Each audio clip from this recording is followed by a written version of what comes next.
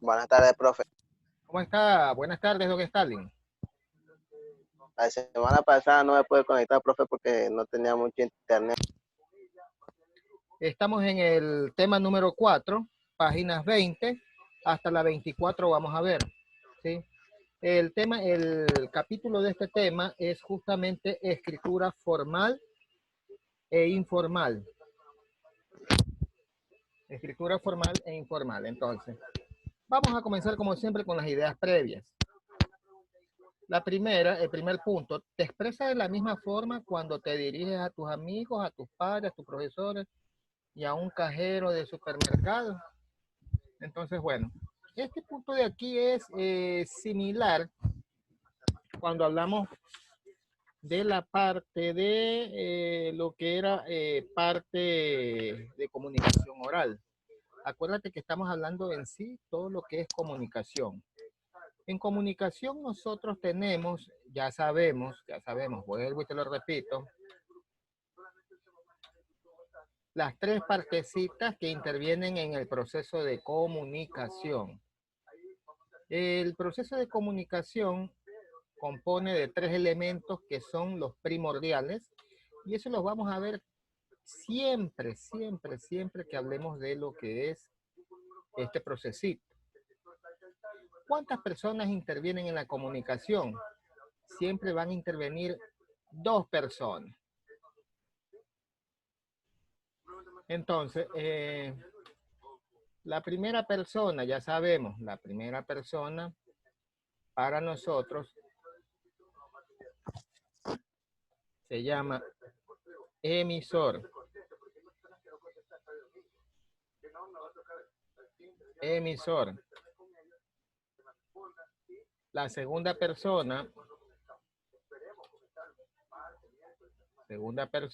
es el receptor.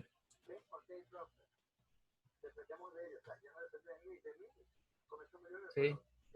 El emisor, el receptor. Y entre los dos, para que haya la comunicación, tiene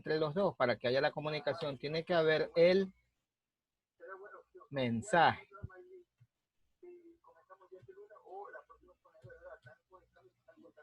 Ahora bien, si hablamos de la parte escrita,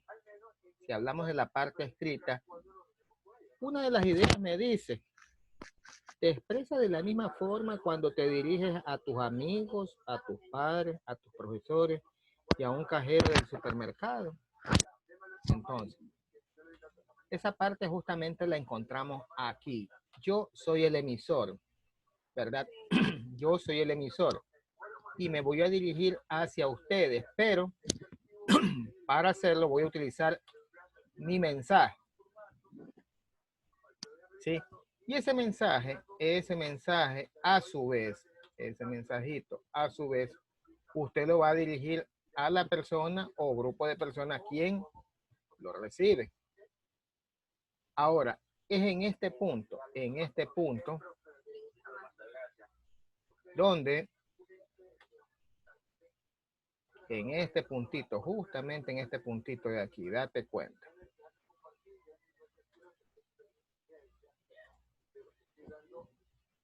Este receptor donde va dirigido mi mensaje, tengo que ver quién es. ¿Sí? Tengo que ver quién es.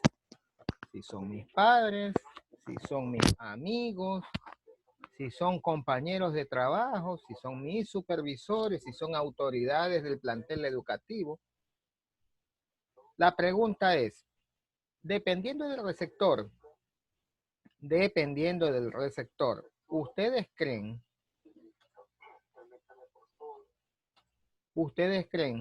y abro micrófono, que la forma de comunicarse va a ser la misma para todos los casos?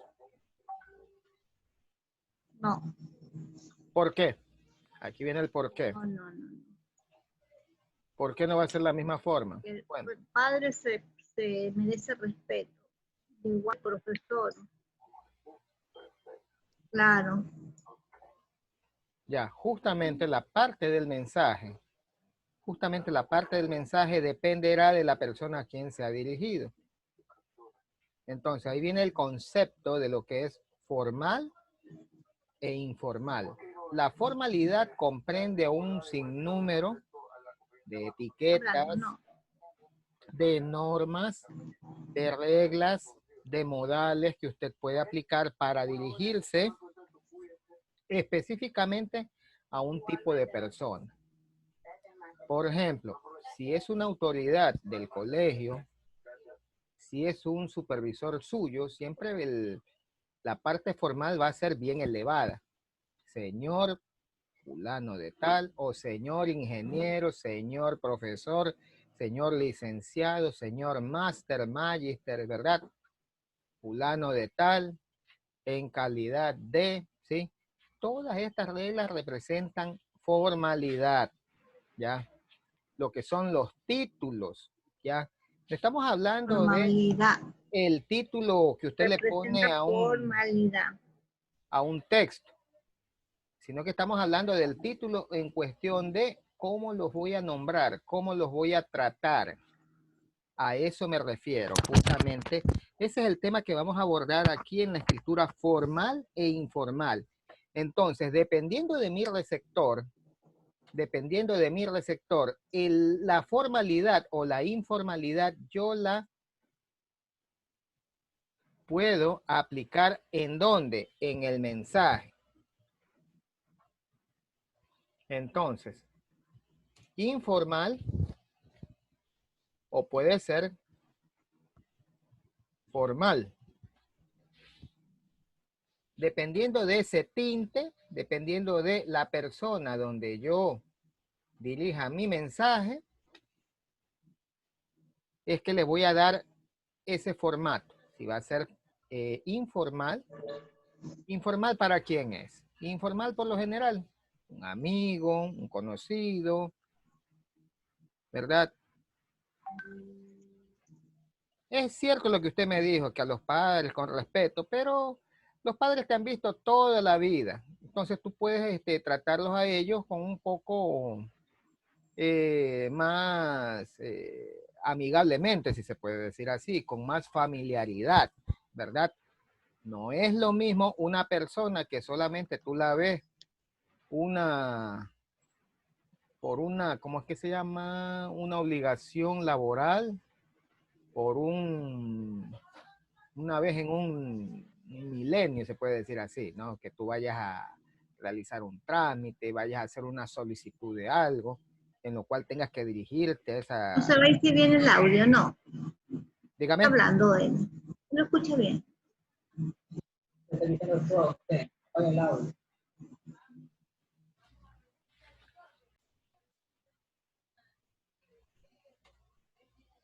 ¿Qué pasa con la concordancia?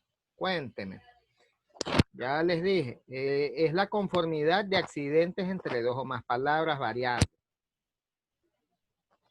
Continuando, dice, el verbo por su parte debe coincidir con su sujeto en número y persona. La discordancia, por lo tanto, es la disconformidad entre dos elementos gramaticales que conforman la oración. Y de eso tenemos bastante a nuestro alrededor. Cito nuevamente, ya es un ejemplo muy recurrente lo que te voy a decir. Cuando ustedes ven las noticias, cuando utilizan apelativos para distinguir una calle, más que nada en Quito se da esto. En Quito no te dicen la calle García Moreno, sino que esto ocurrió en la García Moreno. Entonces ahí hay una discordancia. ¿Por qué? Porque en el momento que me le quitas la calle García Moreno, ¿verdad? Me está quitando sentido a la oración. Punto número 1. Punto número 2. La García Moreno, o sea, García Moreno en ese momento cambió de sexo. ¿Sí? Ahí hay una discordancia.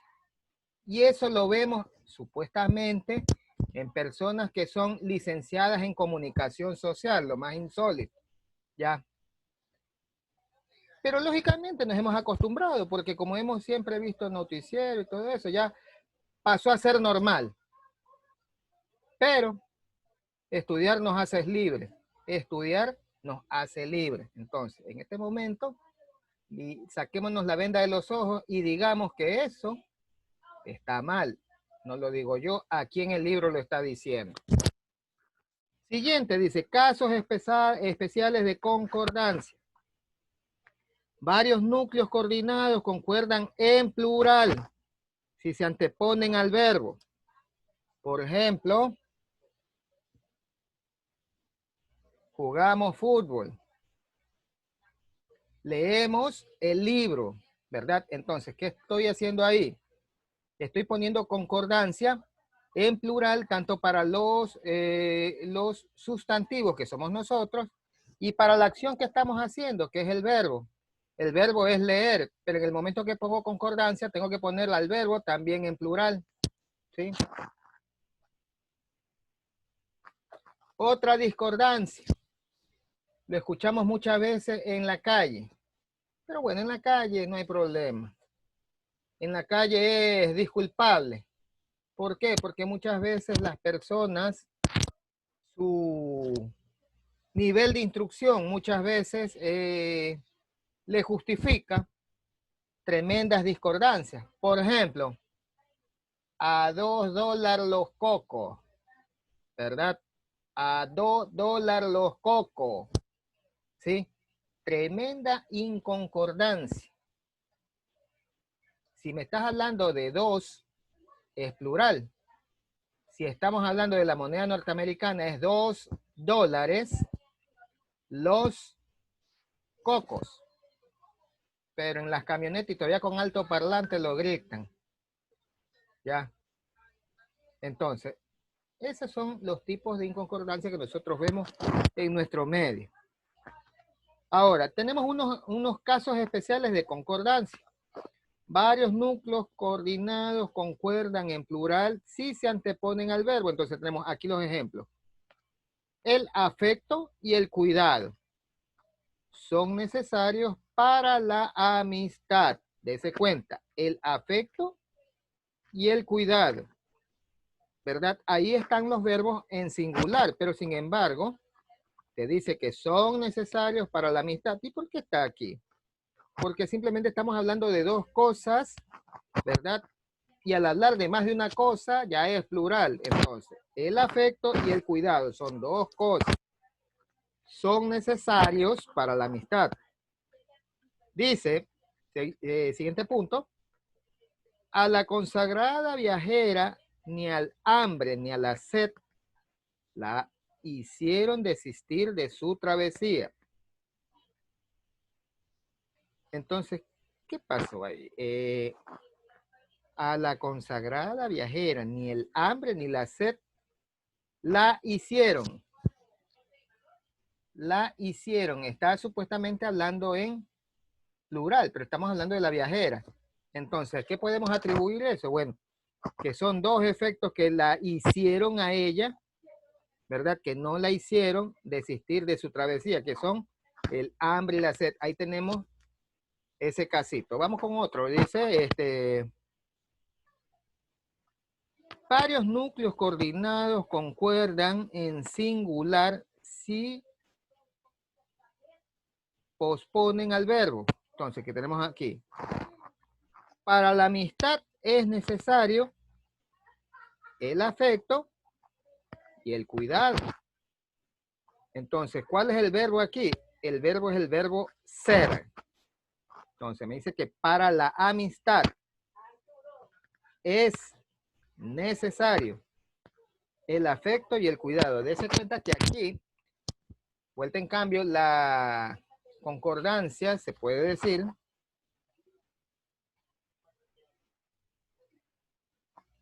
estamos hablando es necesario. ¿Por qué es necesario si la amistad es femenino? Porque hay un plural. Y acuérdese que en plural queda comprendido ambos sexos, si son masculino o femenino, ¿verdad? Cuando hablamos de los niños, estamos hablando de que hay niños y niñas, no necesariamente usted al hablar de los niños quiere decir que todos son varones. Si hablamos de una escuela mixta, hablamos de los niños, los alumnos, los estudiantes, ¿sí? Y con eso estamos agrupando, abarcando, tanto si es masculino como es femenino. ¿Y dónde reside eso? Eso reside justamente en el diccionario de la Real Academia de la Lengua, ¿ya? Eso es lo que muchas feministas están en desacuerdo. Por eso quieren ellas imponer un supuesto lenguaje inclusivo, el todes, ¿verdad? O sea, una cosa es quererse dar a notar, otra cosa es tener la razón. Entonces, bueno, continuamos. Hablemos de la redundancia. Vamos a hablar de la redundancia. ¿Qué entendemos por redundancia?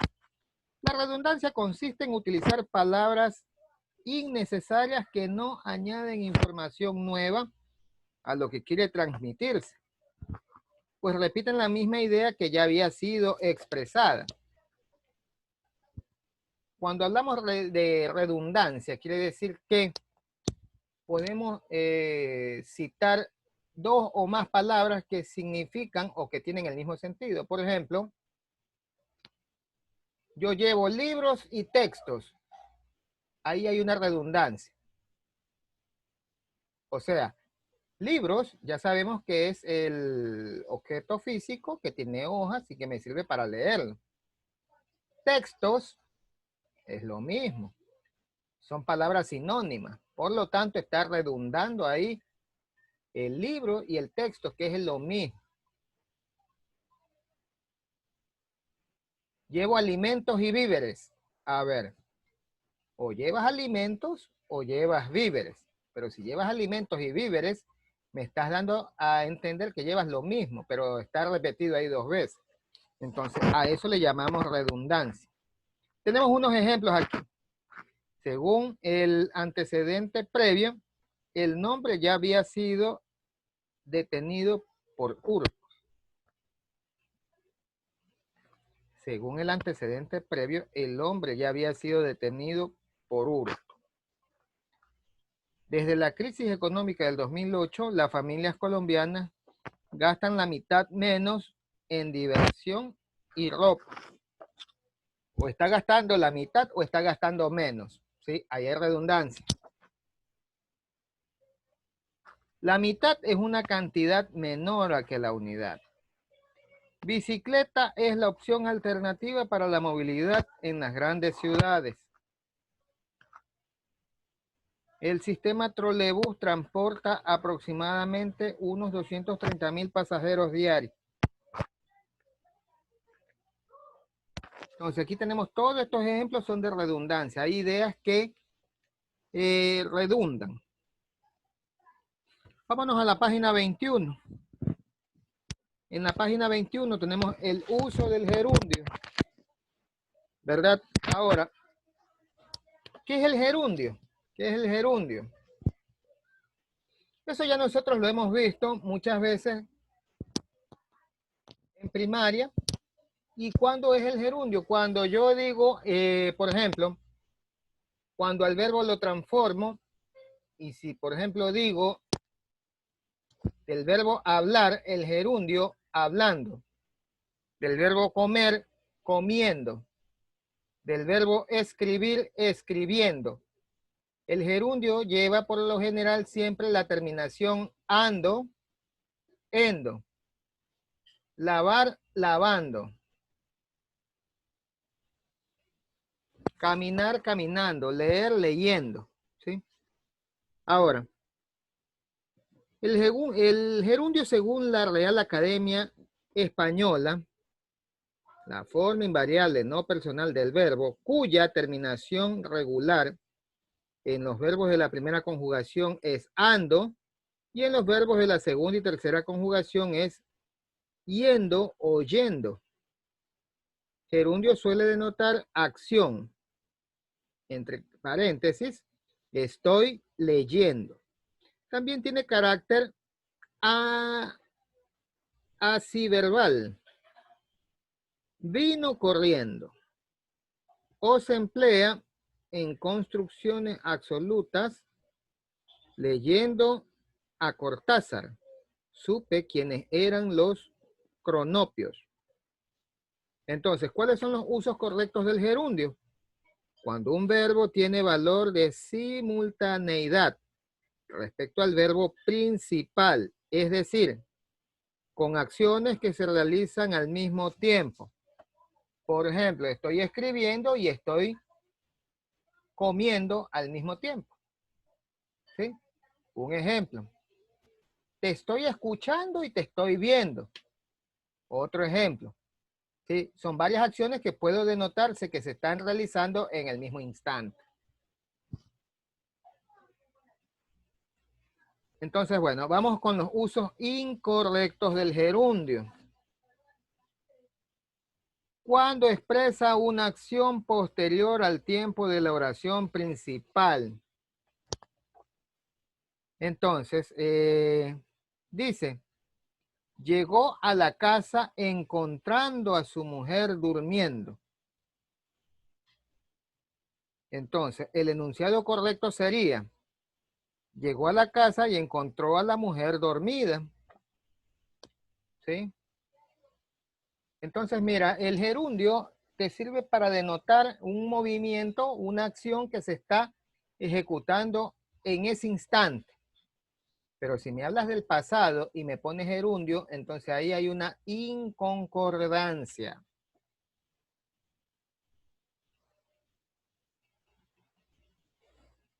Vamos a la asimetría.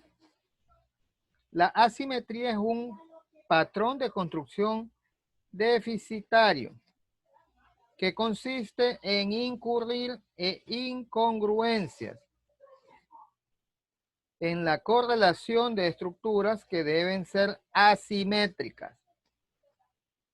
La asimetría es común en el registro oral, en el que el hablante no tiene tiempo para la planificación previa rigurosa ni la necesidad estructural de hacerlo. La situación comunicativa permite obviar el cuidado nuestro, ¿sí? Puesto que la oralidad es espontánea, poco planificada y revisada, o ajustada después.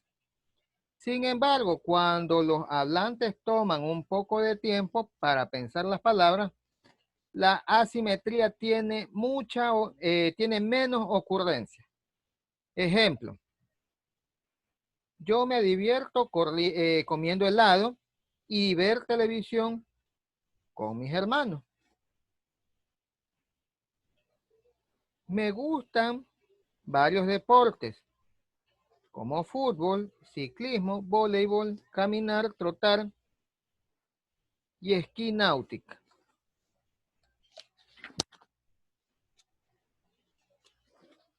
Vámonos a la página 22, tengan la bondad. La escritura y el destinatario. Aquí vamos nuevamente a retomar el tema de la formalidad y la informalidad. Entonces, vamos a leer esto. Puedes expresar lo que sabes o lo que piensas de muchas maneras. Todo depende de quién será tu interlocutor. Vuelvo nuevamente. En este caso, ¿quién es mi interlocutor aquí en el cuadrito?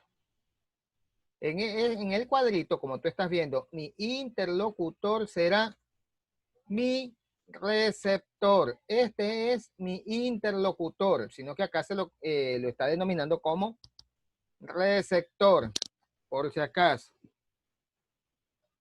Ahora,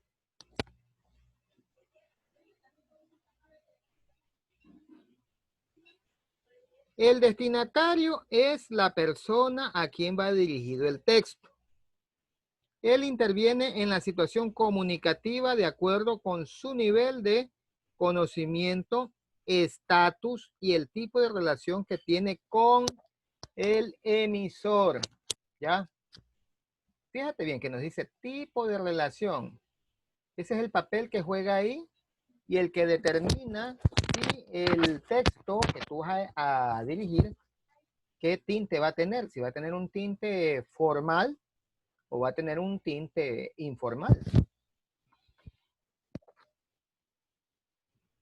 Ahora bien, en muchas situaciones comunicativas, un mensaje no llega a un solo destinatario, sino a muchos. Por ejemplo, una columna de opinión en un periódico está pensada para ser leída por muchos lectores. Es así que el emisor, en casos como este, debe saber cómo escribir un texto que llegue a todo ese público. El contexto comunicativo tiene en cuenta todos sus factores que intervienen en el proceso de la comunicación. Está conformado por los elementos especiales, espaciales, temporales, culturales y sociales que comparten el emisor y el receptor. Por esta razón, el contexto determina que el mensaje llegue correctamente y cumpla el propósito comunicativo. Entonces, bueno, vamos a la parte del gráfico. Aquí, por ejemplo, en el gráfico tenemos una chica que le va a dirigir supuestamente un mensaje ¿a quién? A unos amigos. Entonces, usted primero tiene que tener claro quién será el receptor. Entonces, aquí está el emisor. ¿Qué hace el emisor? Informar, exponer, persuadir, crear. ¿Sí? Con esto, ¿qué está haciendo? Define el propósito comunicativo. También utiliza el registro apropiado a cada contexto, es decir, el nivel de formalidad. Entonces, como es para los amigos, los panas, los yuntas de esta chica, puede escoger el informal. Ahora, página 23. Página 23. Los niveles de formalidad. Tenemos aquí los niveles de la formalidad. Y tenemos aquí dos párrafos, la escritura formal, la escritura informal. Viendo así a breves rasgos, ¿cuándo la escritura es formal? Me dice. La escritura formal se usa cuando el destinatario es una persona que tiene una jerarquía importante. Por ejemplo, un profesor, un rector de colegio o un jefe. Cuando el propósito comunicativo es exponer una idea a un lector indeterminado, en ambos casos no hay cercanía ni familiaridad. Ojo, familiaridad, ¿verdad? Cuando la persona tiene un nivel jerárquico, ¿sí? Yo tengo que utilizar obligadamente la parte de formalidad. Si es un familiar, algo bueno, le puedo enviar un WhatsApp simple, un mensajito de texto, ¿sí? Si todavía utilizas los SMS, le puedo enviar un correíto. Oye, estimada amiga, por favor, ayúdame. Mamá, please, voy a salir un momento, voy a llegar a tal hora, ¿sí? Estamos utilizando comunicación, pero en un nivel no tan formal, sino un nivel informal. El texto formal, vuelta en cambio, es mediante el presente, ¿sí? Ahora, ya hemos visto la escritura formal. Vamos a la escritura informal. La escritura informal se usa en contextos comunicativos en los que el destinatario es una persona familiar a quien se le tiene confianza, por ejemplo, un abuelo, un amigo o un hermano. Esto hace que el tono de la escritura y las palabras usadas sean coloquiales. ¿Qué quiere decir coloquiales? Que sean expresiones sencillas de entender, ¿verdad? Que sean muy elocuentes, ¿sí? Que no venga con tanta pomposidad. A eso nos referimos. Entonces, bueno, hasta aquí nos vamos a quedar por el día de hoy. La próxima semana vamos a continuar con el tema justamente de la del lenguaje escrito. Ya estamos viendo la parte de la formalidad, la informalidad. Esperando verlos aquí la próxima semana. ¿Sí? No se olviden, hay tareas en este momento por la plataforma. Recuerden revisarlo. Listo, profe. Sí, nos estamos viendo. Muchas gracias. Pasen bien. Cuídese, profe, hasta la próxima semana. Gracias. Igualmente, pasen bien. Gracias.